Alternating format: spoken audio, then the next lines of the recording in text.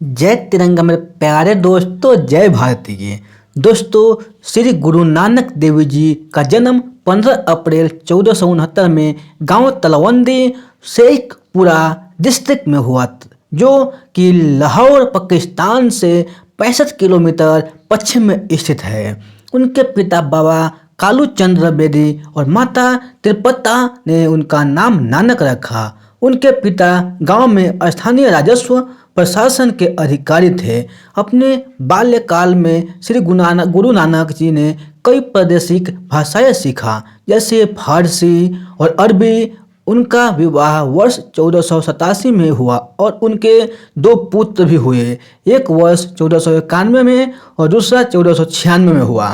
वर्ष 1485 में अपने भाई और भाभी के कहने पर उन्होंने दौलत खान लोधी के स्टोर में अधिकार के रूप में नियुक्ति ली, जो कि सुल्तानपुर में मुसलमानों का शासक था। वहीं पर उनकी मुलाकात एक मुस्लिम कवि के साथ हुई, जिसका नाम था मिरासी।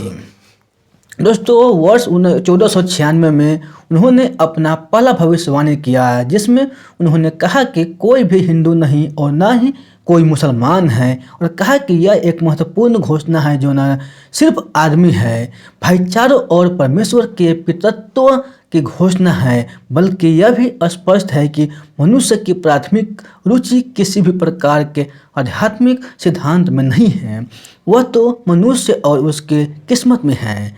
इसका मतलब है अपने पड़ोसी से अपने जितना प्यार करो। गुरु नानक जी देव जी के मिशन की कहानी। गुरु नानक जी ने अपने मिशन की शुरुआत मर्दाना के साथ मिल के किया। अपने इस संदेश के साथ साथ उन्होंने कमज़ोर लोगों को मदद के लिए जोरदार प्रचार किया। इसके साथ उन्होंने जाति भेद, मूर्ति पूजा और छाग धार्मिक विश्वासों के खिलाफ प्रचार किया। उन्होंने अपने सिद्धांतों और नियमों के प्रचार के लिए अपने घर तक को छोड़ दिया और एक सन्यासी के रूप में रहने लगे। उन्होंने हिंदू और मुसलमान दोनों धर्मों के विचार को सम्मिलित करके एक नए धर्म की स्थापना की, जो बाद में सिख धर्म के नाम से जाना गया। भारत में अपने ज्ञान के प्रसारण के लिए कई हिंदू और मुस्लिम धर्म की जगहों का भ्रमण किया। दोस्तों, एक बार वे गंगा तट पर खड़े थे और उन्होंने देखा कि कुछ व्यक्ति पानी के अंदर खड़े होकर सूर्य की ओर पूर्व दिशा में देखकर पानी डाल रहे हैं। उनके स्वर्ग में पूर्वजों के शांति के लिए गुरु नानक जी भी पानी और वे भी अपने दोनों हाथों से पानी डालने लगे, पर अपने राज्य पूर्व में पंजाब की ओर खड़े होकर जब यह देखे लोगों ने उनकी गलती के बारे में बताया और पूछा ऐसा क्यों कर रहे थे, तो उन्होंने उत्तर दिया, अगर गंगा माता का पानी स्वर्ग में आपके पूर्वजों तक पहुंच सकता है तो पंजाब में मेरे खेतों तक क्यों नहीं पहुंच सकता, क्योंकि पंजाब तो स्वर्ग से पास है। पूरे भारत में अपने ज्ञान को बांटने के पश्चात उन्होंने मक्का मदीना की भी यात्रा की और वहाँ भी लोग उनके विचारों और बातों से अत्यंत प्रभावित हुए। जब गुरु नानक जी 12 वर्ष के थे, उनके पिता ने उन्होंने 20 रुपये दिए और अपना एक व्यापार शुरू करने के लिए कहा, ताकि वे व्यापार के विषय में कुछ जान सके। पर गुरु नानक जी ने उस 20 रुपये से गरीब और संत व्यक्तियों के लिए खाना खिलाने में खर्च कर दिया। जब उनके पिता ने उनसे पूछा, तुम्हारे व्यापार का क्या हुआ, तो उन्होंने उत्तर दिया, मैंने उन पैसों का सच्चा व्यापार किया। जिस जगह पर गुरु नानक जी ने उन गरीब और संत व्यक्तियों को भोजन खिलाया था, वह सच्चा सौदा नाम का गुरुद्वारा बन गया है। दोस्तों, आखिर में अपनी 25 वर्ष की यात्रा के बाद श्री गुरु नानक देव जी करतारपुर पंजाब के एक गांव में किसान के रूप में रहने लगे और बाद में उनकी मृत्यु भी हुई, वो वहीं हुई।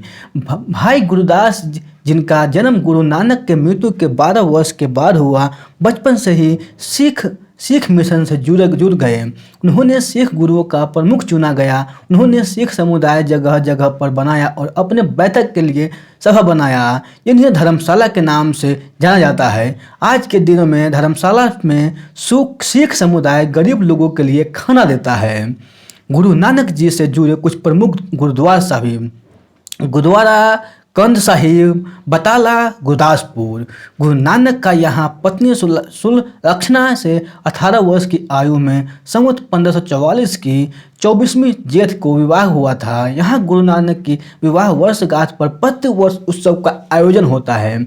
दूसरा गुरुद्वारा हाथ साहिब सुल्तानपुर लोधी कपूरथला। गुरु नानक ने बहनोई जय जयराम के माध्यम से सुल्तानपुर के नवाब के यहाँ शाही भंडार के देख रेख की नौकरी प्रारंभ की। वे यहाँ पर मुद्दे बना दिए। नवाब युवा नानक से काफ़ी प्रभावित थे। यहीं से नानक के तो 13 शब्द के माध्यम से अपनी मंजिल का आभास हुआ था। 3 है गुरुद्वारा गुरु का बाग सुल्तानपुर लोधी कपूरथला। यह गुरु नानक देव जी का घर था, जहां उनके 2 बेटों बाबा श्रीचंद और बाबा लक्ष्मीदास का जन्म हुआ था। चौथा है गुरुद्वारा कोठी साहिब सुल्तानपुर लोधी कपूरथला। नवाब दौलत खान लोधी ने हिसाब किताब में गड़बड़ी की आशंका में नानक देव जी को जिले भिजवा दिया, लेकिन जब नवाब को अपनी गलती का पता चला तो उन्होंने नानक देव जी को छोड़कर माफ़ी ही नहीं मांगी, बल्कि प्रधानमंत्री बनने का प्रस्ताव भी रखा।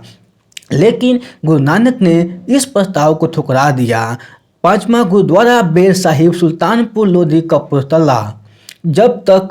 जब एक बार गुरु नानक अपने सखा मर्दाना के साथ वैन नदी के किनारे बैठे थे तो अचानक उन्होंने नदी में डुबकी लगा दी और 3 दिनों तक लापता हो गए, जहां पर कि उन्होंने ईश्वर से साक्षात्कार किया। सभी लोग उन्हें डूबा हुआ समझ रहे थे, लेकिन वो वापस लौटे तो उन्होंने कहा, एक ओकार सत्य नाम गुरु नानक ने वहाँ एक बेर का बीज बोया जो आज बहुत बड़ा वृक्ष बन चुका है। 6वां नंबर है गुरुद्वारा अचल साहिब गुरदासपुर। अपनी यात्राओं के दौरान नानक देव जी यहाँ रुके और नानानाथ पंथी योगियों के प्रमुख योगी भांगतानाथ के साथ उनका धार्मिक वाद विवाद यहाँ पर हुआ। योगी सभी प्रकार से परास्त होने पर जादुई प्रदर्शन करने पर लगे। नानक देव जी ने इन्हें ईश्वर तक प्रेम के माध्यम से ही पहुँचाया जा सकता है, ऐसा बताया।